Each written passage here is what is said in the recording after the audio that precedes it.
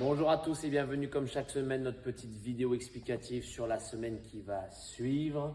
Notre semaine prochaine, on sera en semaine de deload qui va nous amener du 24 mars au 29 mars. Donc, semaine importante en termes de semaine de deload pour pouvoir laisser le corps se reposer, emmagasiner tout ce qu'on a vu pendant 3 semaines et pour pouvoir être en pleine forme pour le prochain cycle. Grosso modo, dans l'ensemble, j'ai cuté énormément le volume, plus de 50% par rapport à une semaine classique. L'idée, c'est qu'on fonctionne dans un split où il va y avoir une journée upper, lower en termes de blocs de renforcement. Évidemment, l'intensité sera modérée en fonction de chacun.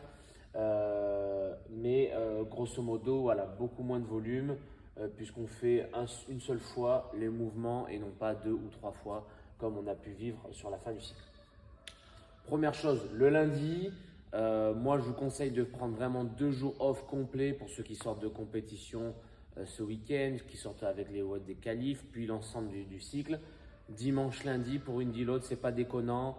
Dimanche complet et lundi, prenez vraiment votre journée pour faire autre chose, de la marche, aller accumuler des 10 000, 12 000 pas, de la mobilité et ça suffira largement pour après remettre petit à petit un peu de volume tranquillement tout au long de la semaine. Donc comment on va fonctionner?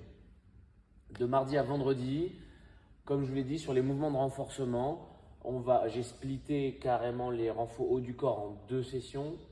Seulement le bench press et les tractions pour la journée dédiée haut du corps le mardi et du coup le dips, rowing et press le jeudi. On fait qu'un seul bloc dans la semaine. Évidemment, on est toujours dans les schémas 6x10 ou 5x5. Vous avez tout dans les coaching tips. Concernant l'intensité, si vous vous sentez vraiment, j'ai eu des retours où les gens musculairement, ils ont senti l'ensemble des 3 semaines et qu'ils ressentent un besoin de couper aussi le côté intensité avec les 85%, etc., etc.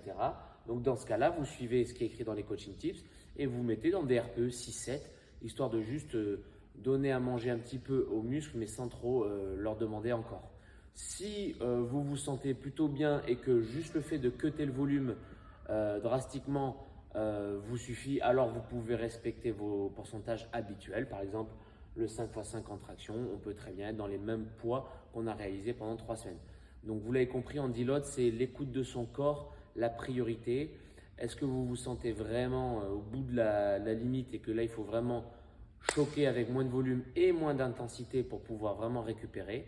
Si seulement on fait moins de volume et on peut garder l'intensité, c'est vous qui faites en fonction. D'accord? Donc par contre, essayez de bien respecter uniquement le bench et les tractions le lundi, uniquement le dips, rowing et press le jeudi. Pour le WOD du mardi, l'idée c'était de changer un peu de rythme et de remettre un petit peu de metcon dans cette semaine de deload. Évidemment, vous les prenez comme vous voulez, soit en mode coolos, soit en mode à fond. Mais dans l'idée, c'est de vous faire bouger un petit peu puisque ça correspond grosso modo aux qualités physiques qu'on développe tout au long de l'année avec la programmation et les metcons qu'on met en place. Donc là, on aura quelque chose de très conditionnement sur le World Fitness Project 25.1 où on a un AMRAP de 20 minutes qui va nous faire tourner le moteur sans problème, sans mettre trop de contraintes mécaniques. Je pense que c'est pas mal pour le situer en début de semaine et relancer tranquillement après 2 jours off. 20 cales pour les garçons, 15 pour les filles, 20 burpees over hammer et 40 shuttle run. Attention, le shuttle run là, pour le World Fitness Project, le standard c'est un aller égale une rep. Donc en gros, en réalité, comme en standard CrossFit comme on a l'habitude, ça serait 20 shuttle run et non pas 40. Mais bon, là vous suivez le standard qui a écrit dans les coaching tips. Ça suffira largement pour cette journée du mardi de deload. Un bench, une traction et un WOD de 20 minutes pour faire tourner le moteur et on sera largement dans les clous. Mercredi, du coup, vous l'avez compris, ça sera un split plutôt bas du corps pour laisser reposer tranquillement le haut du corps avec du cosaque ou du bulgare que vous fonctionnerez en binôme mercredi-vendredi. C'est-à-dire que si vous faites le cosaque, vous faites le bulgare. Si vous faites le bulgare, vous faites le cosaque. Et une seule session de squat. On continue notre programmation, notre planification de 8 semaines avec les 5 par 10. Donc là, on est en semaine B, 6x10 à réaliser. Et vous choisissez votre mouvement prioritaire. Il y a 15 squats cette semaine, pas 2. Donc, à vous de choisir si vous préférez faire du front ou du back pour votre continuité. Mais en tout cas, là, on respecte bien les pourcentages comme d'habitude, comme la première semaine B, 6x10. Ensuite, je vous ai mis un bloc haltéro. Il y en a 2 dans la semaine. Un le mercredi, un le vendredi. Ça reste des haltéros où on pratique en mode un peu 3 essais les plus propres possibles, etc. Sans déplacement dans un carré de 1 mètre dans l'idéal. Mais ne montez pas dans les pourcentages. Montez maximum, je l'ai mis jusqu'à 70%. Essayez de respecter ça, même si je sais qu'en souvent, à cause et grâce au fait de faire moins de volume dans une semaine deload, on a une pêche incroyable. Gardez-en pour le prochain microcycle de 3 semaines, puisque là, on va aller chercher sur des tentatives de max. Donc, gardez du nerveux. Et un bloc de run à réaliser cette semaine, tranquille, plutôt le mercredi. Comme ça, on a des watts qui reviennent un peu plus intenses en fin de semaine. Jeudi, donc, on est sur notre deuxième split upper avec les dips, les rowing et les presses.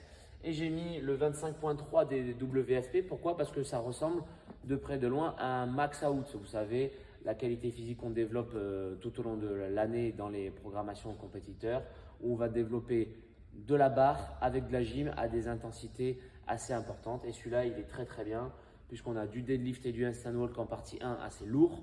Donc évidemment, vous mettrez la charge que vous avez envie de mettre. Si vous voulez suivre les charges, c'est 140 et 100 en deadlift.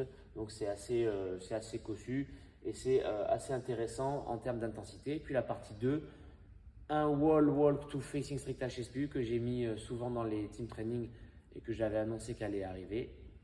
C'est au WFP, c'est pas en CrossFit, mais en tout cas, ça commence à faire l'apparition. Et évidemment, en parallèle après, derrière, des cleans assez modérés lourds.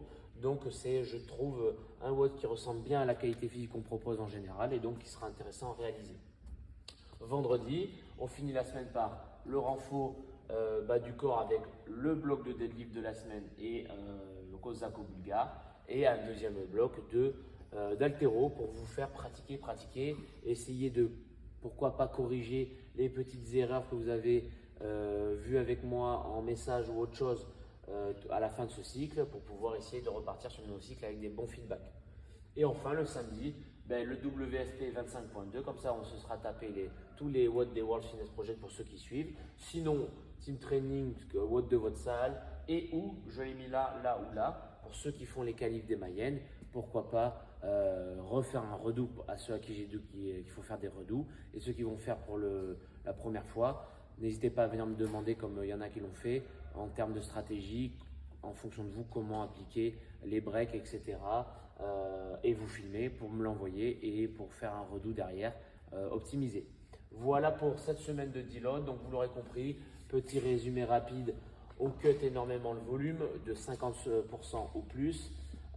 Des petits metcons espacés à chaque fois d'un jour de récup pour bouger tous ensemble sur la même programmation compétiteur comme polarisé. Ça va être fun. Et évidemment, un lundi off complet. On sera largement dans les clous pour récupérer nerveusement et musculairement pour rattaquer sur notre dernier microcycle de 3 semaines de cette méthode 5x5 et 6x10 où il y aura en plus des tentatives de ARM progressives toutes les semaines sur l'haltéro. Donc, il va falloir être en forme le cycle prochain.